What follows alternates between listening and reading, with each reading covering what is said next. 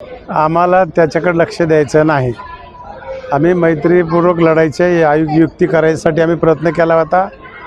ते सुदैव म्हणा दुर्दैव म्हणा झाले नाही. आम्ही आमचे 25 उमेदवार उभा केलेले आहेत. नगराध्यक्षाचा उमेदवार केलेला आहे. सर्व जाती धर्माच्या लोकांना आम्ही या ठिकाणी उमेदवार दिलेले आहेत आणि आमच्या कामावर आमच्या पक्षावर विश्वास ठेवून लोक आमच्या पक्षाला नगराध्यक्षाला 100% निवडून देतील. कारण मागल्या काळामध्ये लोकांनी मला आमदार म्हणून काम करायची संधी दिली. त्याचे साक्षीदार तुम्ही देखील आहात. जे काही आम्हाला लोकांनी मागणी केली होती, आज ऑफिस असतील, नगरपालिकेची बिल्डिंग असेल, नगरपालिकेचा कॉम्प्लेक्स असेल, पिण्याचा पाण्याचा प्रश्न असेल, मुस्लिम बांधवांचे अनेक शादीखान्याचा प्रश्न असेल, या कंपाऊंड वॉलचा प्रश्न असेल आणि शहरामध्ये जे काही लोक राहतात त्यांचे देखील कुठे कुठे सभागृहाची आवश्यकता आहे, त्या ठिकाणी आम्ही दिलेले आहेत. येणाऱ्या काळामध्ये या शहराला सुंदर शहर, शांततामय शहर आणि शिक्षणाकडे आमचं लक्ष राहणार आहे. नगरपालिकेच्या माध्यमातून आम्ही ही लायब्ररी करून आमच्या तरुणाला चांगल्या प्रकारचं शिक्षण कसं देता येईल, स्वतःच्या पायावर कसं उभारता येईल अशा प्रकारचं करणार आहोत. स्वच्छतेच्या संदर्भात आम्ही चांगले निर्णय घेऊन या शहराला सुंदर आणि स्वच्छ करायचा प्रयत्न करणार आहोत. पाण्याच्या संदर्भात देखील अनेक ठिकाणी मीटर लावून लोकाला कमी दरामध्ये फिल्टरचं पाणी आजही मिळतं आहे, ते देखील करण्यासाठी आम्ही प्रयत्न करणार आहोत. या शहरामध्ये जिथं जिथं नगरपालिकेच्या जागा आहेत त्या ठिकाणी व्यापारी संकुल उभा करून या अहमदपूर शहरामध्ये अधिक व्यापार कसा वाढवला जाईल त्याच्यासाठी आम्ही प्रयत्न करणार आहोत.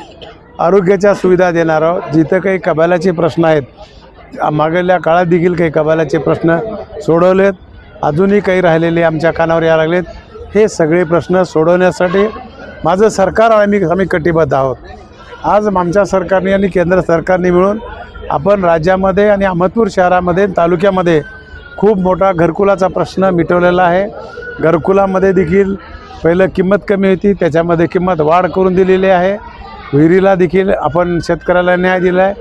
म्हणून सगळे ऑफिस झालेले आहेत आपले. आज प्रशासकीय इमारत झालेली आहे, पंचायत समितीची इमारत झालेली आहे. बसस्टँडमध्ये आपण पूर्ण काँक्रीकरण केलं आहे. तालुक्यामधल्या सगळ्या बसस्टँडला केलेलं आहे आणि अहमदपूर शहरातलं जे 100 बेडचं हॉस्पिटल आहे ते पूर्ण करणार आहोत. सर्वसामान्य माणसाला आरोग्याची काळजी घेण्यासाठी हे सगळं आम्ही प्रयत्न करणार आहोत.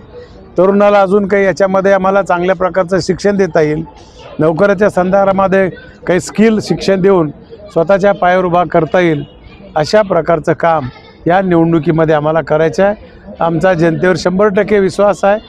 जनता आमच्या पाठीशी मागही होती आणि भविष्यातही राहून या शहराचा विकास करायसाठी आशीर्वाद देतील याच्याबद्दल माझ्या मनात कसल्याही प्रकारचा संशय नाही.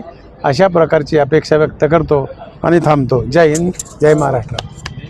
अहमदपूर शहरामध्ये भाजप वेगळी लढते आहे, महाविकास आघाडी वेगळी लढते आणि शिवसेना शिंदे गट सुद्धा वेगळा लढतोय. बरोबर. या तीनही गटांना बऱ्याचशा प्रभागांमध्ये उमेदवारच मिळाले नाहीत अशी माहिती समोर येते. काय परिस्थिती आहे? त्यांना विचारलं ना, त्यांना उमेदवार भेटले मी काय सांगू.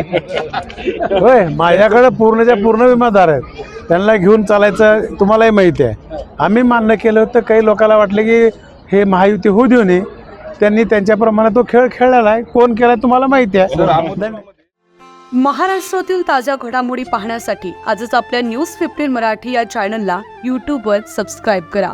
तसेच इंस्टाग्राम आणि ट्विटरवर फॉलो करायला विसरू नका. न्यूज 15 मराठी, आवाज जनसामान्यांचा.